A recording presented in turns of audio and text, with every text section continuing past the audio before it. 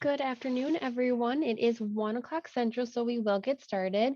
Thank you for tuning in to today's webinar, Using Hydroponics to Grow Lettuce Virtually or in Person. My name is Emily Winnestorfer. I'm on the marketing team here at Realityworks. I will be behind the scenes assisting our lead presenter today, Jamey McIntosh. Jamey is one of our product managers here at Realityworks and has been with us for a little over 9 years. He came to us with an extensive education background as a former teacher teaching in Wisconsin and in Colorado. His topics cover student engagement, technology in the classroom, gaming, filling the skills gap, business education, and various agriculture and welding topics. He is a great resource for today's webinar. With that being said, I'll go ahead and pass things over to Jamey to get us going. All right, thank you very much. I really appreciate you taking the time today.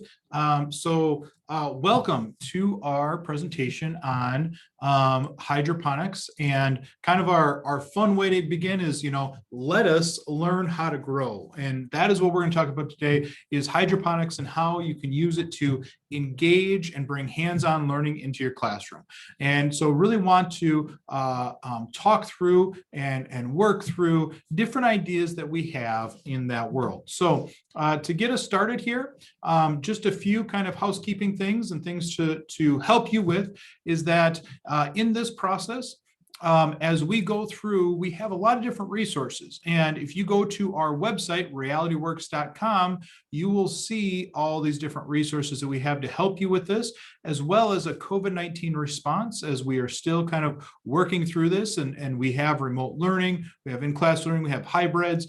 We have an area there that you can go to be able to get the resources that we're talking about today. There are our webinars that we're talking about. We have lesson plans, free lesson plans to help in the areas of career exploration and soft skill development. And then we also have guides and curriculum for every one of our products that you can use for your classroom. So we're going to kind of go through that. Today, we're talking about hydroponics. And so in that world, inside of those guides and curriculum, you can actually go to our plant producer and plant lab educational hydroponic systems and get these resources that we're going to talk about. And we'll talk about them at the end of the day as well, but it's there for you to be able to use and a resource for you. So getting started, let's talk about what our focus is today. So we're going to really hit on three different things. The first one being, we're going to give some tips and ideas on how to teach hydroponics virtually or in person. As we are in that world today, we have opportunities for both virtually and in person. And we're going to talk and give some ideas that may help you in the classroom or in the classroom through the computer screen. We're also going to go into ways to start a program in your own school. So helping you with some of the products that we have and how that can help you create or bolster your program and your plant science, your horticulture, your areas in your school, your culinary classrooms, what you're looking to use it for. And then we have a lot of different usable resources to share to help you be successful in your growing. And so we're going to talk about what those resources are and where you can find them. So to get started here today, we are going to just kind of overview here some of the products that we are actually going to be having here and talking about, some of those being our hydroponic educational systems. And we have three different systems. We have our plant producer, which is our large unit, our largest unit that we have, allowing you to grow and produce a lot of different a lot of the same product, but a lot of it. Then we have our plant lab, which is the middle one here. That is our smaller unit, but it allows you to do more experimentations and also grow different types of produce as well. And then our newest product here is our Plant Mini, and this is a 5-pack, and I have one sitting next to me here today, a 5-pack of the different products that hydroponic units that then can produce lots of different products or produce for you, and shows it in different ways for different learning styles. So with that said, we're going to get into and just kind of talk through some of the learning opportunities that can come out of growing hydroponically. We always feel that career exploration within the world of career and technical education is very important. And so career exploration is one of those things that this allows students to understand and to see where different careers might stem from within the world of hydroponics and just in growing in general. Again, we do consider this a STEM product because it includes things like technology, math, there is science in it, and then also in some cases, engineering, depending on what you're trying to create, what you're trying to produce. There are other great pieces of this, from sustainability and farm to table to nutrient rich. All these are different opportunities for your students to learn what they're eating, how they're going to be eating that in the sense of how they grow it to get to the table, and then also what can they do to increase, change, look to different ways to continue to include sustainability in that. All of these are different learning engagements for your students. So with that being said, what I'd like to kind of walk through is to start with is some tips and ideas on how to teach hydroponics. And so we're going to just kind of go through a few different ideas. And the first one that I want to share with you is to learn the types of systems. So there are a lot of different hydroponic systems that you can use, from deep water culture, ebb and flow system, also known as a flood and a drain, a drip system, a nutrient film technique or NTF system. And then there's also aeroponics and aquaponics. So there are different types of growing that you can teach your students and help your students to get an understanding. So I want to just walk through some of these different types here. And the first ones here are ebb and flow in deep water culture. And to kind of give you some examples of that, our Plant Mini product here, I have one of them. We have multiple units, but in this case, it comes with different trays. And these trays are one of each that you see on the screen here for you. We have a deep water culture. What that is a deeper tray here, a basin where water will be in this tray here, and your plants will sit in there. And as you can see from the PowerPoint slide, the roots will just sit in there and your nutrients will be inside. And so that is one way to grow, is through that deep water culture. Another way that you can grow is the ebb and flow model. And in this case here, we have an ebb and flow model, and what it has little channels that go through here, and it allows the water to ebb and flow, to move back and forth, and then drain out into another area, get the nutrient needs, and then come back through. So being able to bring you both a ebb and flow and also a deep water culture for our mini hydroponic units. Other ones that we have are things called a drip system, where in this case, it's dripping the nutrients, the water down into the plant, and then it's going down through, and basically as the water and the nutrients goes through, the plant is grabbing all that nutrients. Once it grabs all the nutrients, the water is left, and then that drains down into another basin, in this case here, allowing for nutrients to be included again, and then it's pumped back up, and that cycle continues. Same kind of idea in the sense of the NTF system. In this case, it's a little bit of a different path to get that nutrients to the plants. But again, another opportunity for learning and seeing, okay, is one way better for certain plants, for all plants, things that you can look at. Now, we also have some other ways to kind of that fit within the hydroponic world. One being more in the sense of known as aeroponics, and this is where it's more of a mist spray, where it's getting to the roots, that again, nutrient solution, and the water is going up and it's misting out over the root system, allowing for that nutrients to then grab onto the roots and be able to grow the plant, but then the water being able to be then dripped down and used again. Now, all of these have different variables and positives and negatives in the sense of how to use them. Some save more water, some use more water, some use different nutrients, but overall, they are they are a very sustainable way to grow plants.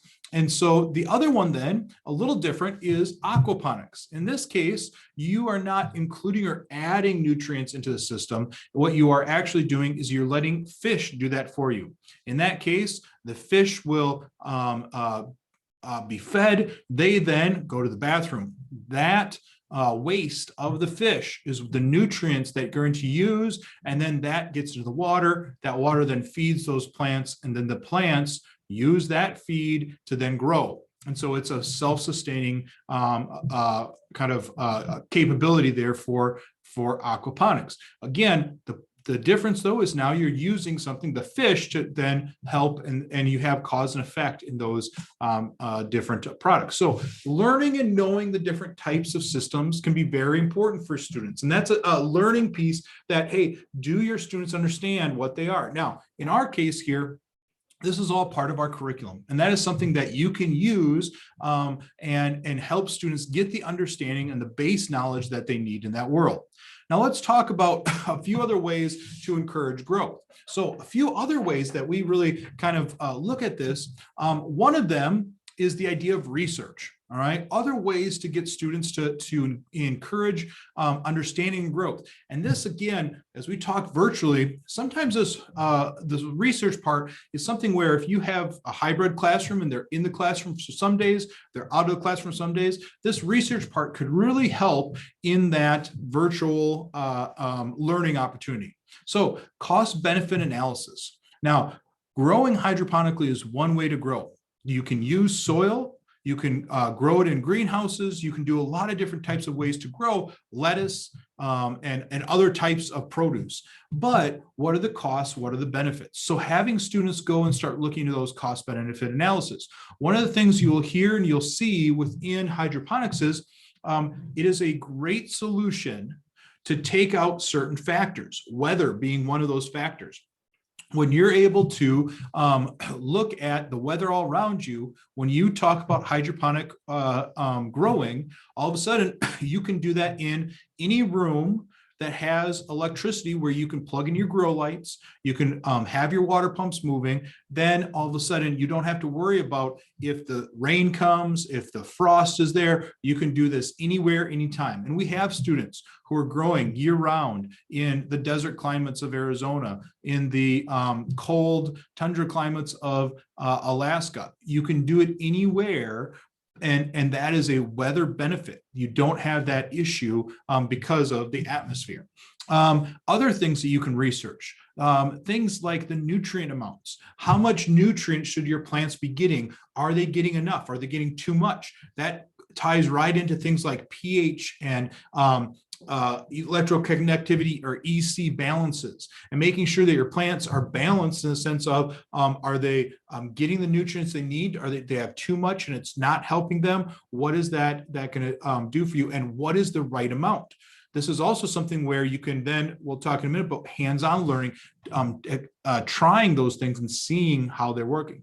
Other things are growth rates. So how fast can you have your plants to grow to then be able to harvest? And then harvest rates. Did everything grow and harvest, or do you have some sites that didn't grow as well as others? So being able to research, why might that be? Is it something where the water comes from with the nutrients, those first plants will get more of that nutrients, and the plants on the other side, as the water goes through, the plants before it has already taken up the nutrients, and they're not going to have, and so your harvest rates suffer. Those are different things that you can research and you can look into. That then leads to another idea, and another way to encourage growth is experiment. One of the great things and the really unique things about hydroponics is that it is a great place to fail and learn from your failures and then try again. Yes, you may kill a few plants, you may have to start over and you've lost time, but the great piece of this is that doing these experiments, trying different things, will help you to become a better grower. If it's indoors, if it's outdoors, no matter where you are, learning these different things and experimentation to figure out what's the best way to grow things is something that can be done right in the hydroponic system. So things like sunlight. Do you need more sunlight, less sunlight? the wind flow. How much wind should you have? If it's too much wind or if it's too often, does it have enough, too much stress or not enough stress on the stems? Water flow. If you're flowing the water too fast, is it something that could, the nutrients goes just right by and you don't actually get those plants soaking up that nutrients? And then again, nutrient amounts and different types. You can use different things. We talked about things like fish you can use to help your nutrients. You can also use different types of organic nutrients, different types of fertilizers, things to help you in that world as well. And then plant types. We'll talk about the different types of plants that we've grown here at Realityworks with these hydroponic systems and allow you to see what you could maybe create and grow too and try. And then absorption rate. One of the things that we've seen and very interesting is, again, when you have the sunlight out there, okay, is that being absorbed or the plants absorbing that sunlight? So we've had different situations where they actually put kind of a cover over this or a blanket over this over or around to make sure that the sunlight is all going onto the plants and it's staying there. And when it's there, then those plants are going to be absorbing all that sun. What does that do for the growth rates? What does that do for the harvest rates of your produce? And then the last one is some challenges. This again can be both in class or it can be virtual, depending on how you set it up. But sometimes you can have it where you actually have challenges, growth rates where students can kind of race each other, okay?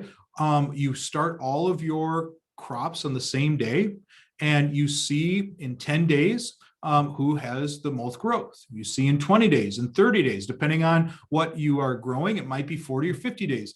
And then you also look at harvest rates. So you might have some situations where students have better growth rates. They are growing, but their harvest may not be as big. Why is that? What are the challenges? What are the issues that could come up there? And allowing students to kind of game this and make a game out of it of, okay, who's got better growth rates, more harvest rates? What's more important? Is one need to be weighed more than others? Those are great discussion questions, opportunities to involve students to get into groups and discuss those things. Why is one better than the other? So on and so forth. Weather challenges. It's one of those things where with hydroponics, there doesn't have to be a weather issue, but you could create some different weather challenges by putting your mini hydro or things in a colder place, in a warmer place, different areas, more sunlight than just what it's getting next to a window, things of that nature. What are some different weather challenges that could play in and have students try different things? And almost in some places, the next one, growing handicaps. Handicap some by giving them certain things, others not as much. So what does that do for them? And there's different ways you can include science in this, in the sense of how much nutrients you're getting them, how often you're feeding them, what should you be doing in the sense to understand the biology of those plants. And then life scenarios. Another great feature of these is that you can create different life scenarios for students. You can have them be growing and have them have to budget. How much is it costing per day in energy? How much is it costing for you to grow the plants and what you produce? What kind of a return on your investment is that? Have them be able to see, hey, if we grow it for 30 days, and you do that in a year, how many different or how much money you can make versus if it has to grow for 40 days. So give them real life scenarios to be able to understand and learn through this growing process. Now, with that, kind of in that world, we have both virtual learning and in classroom learning right now. So in that virtual world, some of the things that you can do is allow students to bring home our plant minis. They come in a pack of 5. And so you could send these out and have students have them for 30 days, bring them back in. You could have them start get an understanding of what's going on and trying stuff. Now, again, because of the minis here, you can use both deep water culture, and you can also use the ebb and flow. So you might be able to have some students doing different things.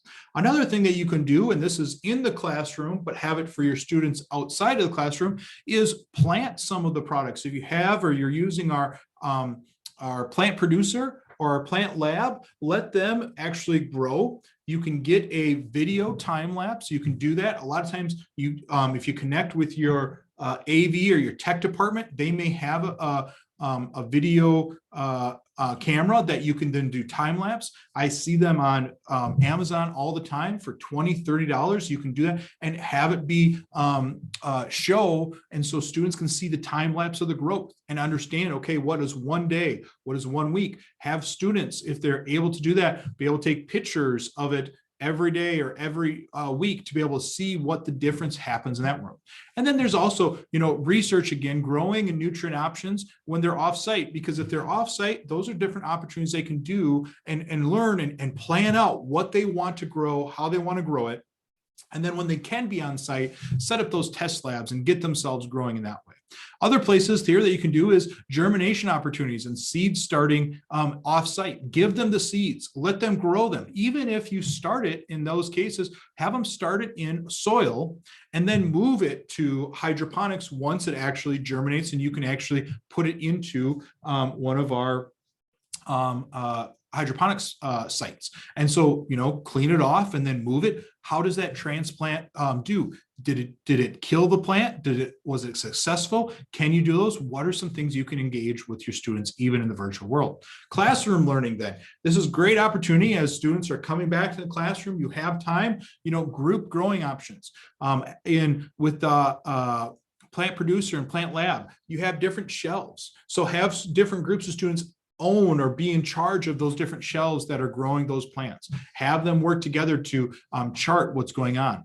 Again, we talked about plant challenges. Have students plant different types of plants and see what grows, or have them all plant the same and see who does the best.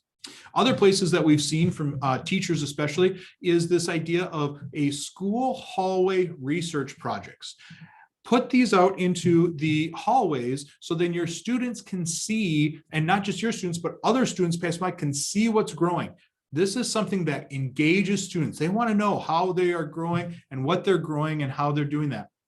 So in this case, have them be able to go out and do research projects and put them outside so people can see what's growing, how it's growing. There's also culinary options. Once you grow it, we hope that you eat it, that you would actually take the time and be able to eat that and have students make things like smoothies or salads or whatever you are growing, have them taste what they have done. And then again, there's multiple seed options for students. Allow students to be able to use those seeds and try different types of variances in that world. So those are just different engagements, and want to just share with you ways to start your program in your school as well. So with this kind of talking through here, want to just share a few things. Again, our hydroponic systems, the Plant Producer and Plant Lab has won the award for the Fast Company's 2020 World Changing Ideas Award. And basically it's about the sustainability and the growing opportunities that you have. Now, again, our plant lab is a smaller unit that allows you to have 3 different growing sites or 3 different trays here to be able to grow. Our plant producer, it has down in the bottom here, it has one central location and the water goes to every single level, allowing you to grow a lot of different produce and being able to also have a control system with sensor monitoring so then you can see how you're doing and how it is actually growing. And then our newest is our Plant Mini. Again, this is a 5-pack, allowing you to have 5 different mini hydroponic units for students to be able to grow and be able to do different things. Not only ebb and flow and deep water culture, there is also the ability to do microgreens with our mini hydroponic system. That microgreens allows them to grow, again, different types of produce and microgreens that then can be used and eaten and tried in the classroom as well. So our plant producer, our plant lab, and our plant mini 5-pack there. We have 3 different options. We have a lot of students and teachers who like to have all 3 or use all 3 for different reasons, for different things that they are actually teaching and training. And so it, again, what fits your classroom, what fits your needs in this time, in the years to come for you and your students. So again, the plant producer and the plant lab are an ebb and flow, but you get a different variants for the plant mini with ebb and flow, deep water, and also microgreens as well. So now the exciting piece, and I hope you can enjoy and we'll go and take some of these resources. We'll also email them out to you so you can have these resources, but these are usable resources for you to share and use with your students. So the first one is just wanted to show and talk to you about one of the things that we have done is here at Realityworks, we are testing all the time. And so with that testing, we are growing lots of different types of plants, trying to make sure and see, okay, what grows, how does that work? And we'll talk about it in just a few minutes. Is in our user guide, it helps you, walks you through how these different things grow, what their germination time period is, what the harvest time period is, what the expected pH and the EC should be. But we have grown a multitude of different types of plants using our hydroponic system. So it is not just a lettuce only type of system. If you want to do different things like different herbs and maybe even spices, you can grow these different things here. You can do green beans, parsley, chives, cilantro, jalapenos, lots of different types of growing that you can do. Now, again, every single one has a different variable. And so it helps students to be able to have to learn what those different variables are, having them both succeed sometimes and not at others. But again, growing through and learning these different things. These are just a small list of the different types of produce that you can grow with our hydroponic systems. Again, another thing that we have is a great little guide, a grow guide that you can download. And it's called Hydroponics Know How to Grow. And it's just tips and tricks for starting out. This is a downloadable guide for you to be able to walk through what you need, how to set up, things to think about for your students, all there for you to be able to use. Some of those things are things like this. We're stepping you through the setup, the different things you need, from the materials, what the fans do, what the lights do, what the water pumps do, how it all works together. So you have a good understanding, a good solid base when you start growing hydroponically. We also do different guides and you can see here from the charts of what is the pH balance should be, what should the EC be, does it need direct sunlight, or what's the germination of the days to grow? Because some of those things too, you can see is that some have a shorter time to grow, some have a longer. Can you change that? Can you get, for example, can you do cabbage? And it says it takes about 65 days. Depending on your growth cycle, depending on what you do, could you get that down to 50 days? And what does that do for you and your growing ability if you could? So it gives you those different guided samples there that you can get. And then we also have our curriculum. And like I started out this webinar with, you have the ability to go right now and get all of our curriculum for you. What you've seen us prepare here, it's there for you to use both in the classroom or virtually to be able to talk through and walk through the introduction to hydroponics. Now, with that, it comes with a lot of different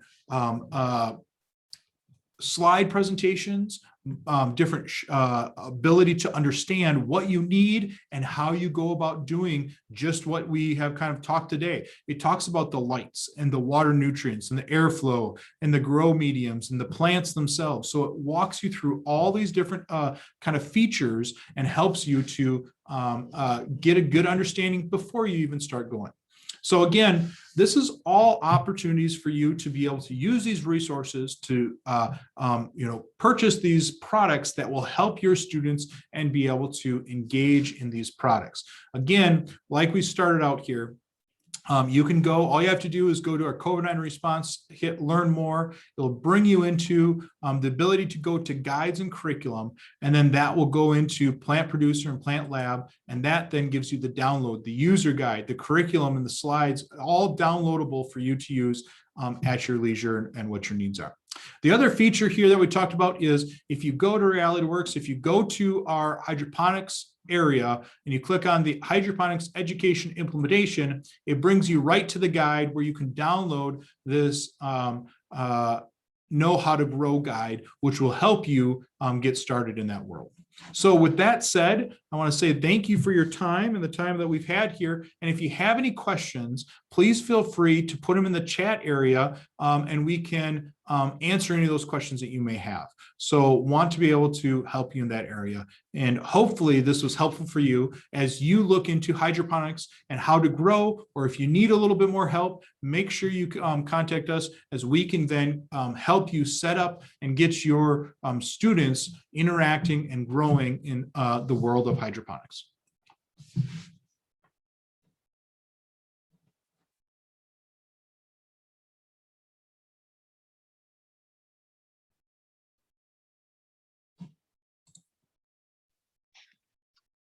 Oh, there's a good question. So the question was, have you successfully grown blueberry plants? Every time I try, they die off. So blueberries, that is one of the things that we have not, I don't know if we tried that. We've done strawberries. We have done others. One of the things about blueberries is, I believe off the top of my head, that you need to pollinate them. And so that would be something where you need to actually hand pollinate.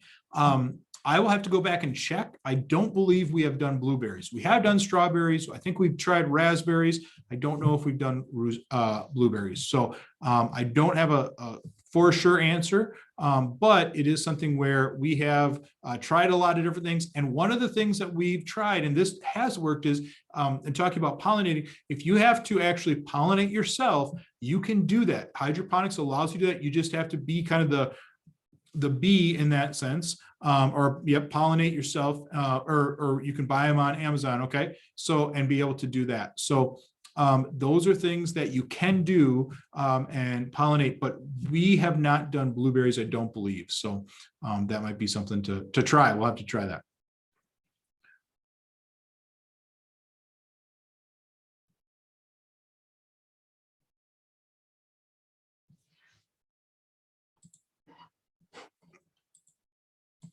All right. If anybody else has any other questions, please feel free to answer them or ask them, and then we will answer them. Or you can call us toll free, or you can email us, and we will get to you with those answers. Thank you so much for your time, and hope that this has been beneficial for you.